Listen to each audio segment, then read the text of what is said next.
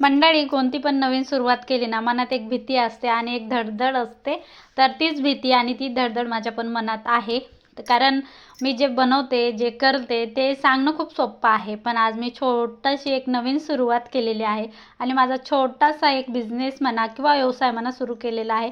तुम्हाला व्हिडिओमध्ये दिसतं मंगळसूत्र, चोकर जे काही आहे, हे आपला ज्वेलरी बिझनेस मी छोटासा चालू केलेला आहे. यासाठी तुम्हाला सगळ्यांचा मला आशीर्वाद, प्रेम आणि सपोर्ट पाहिजे.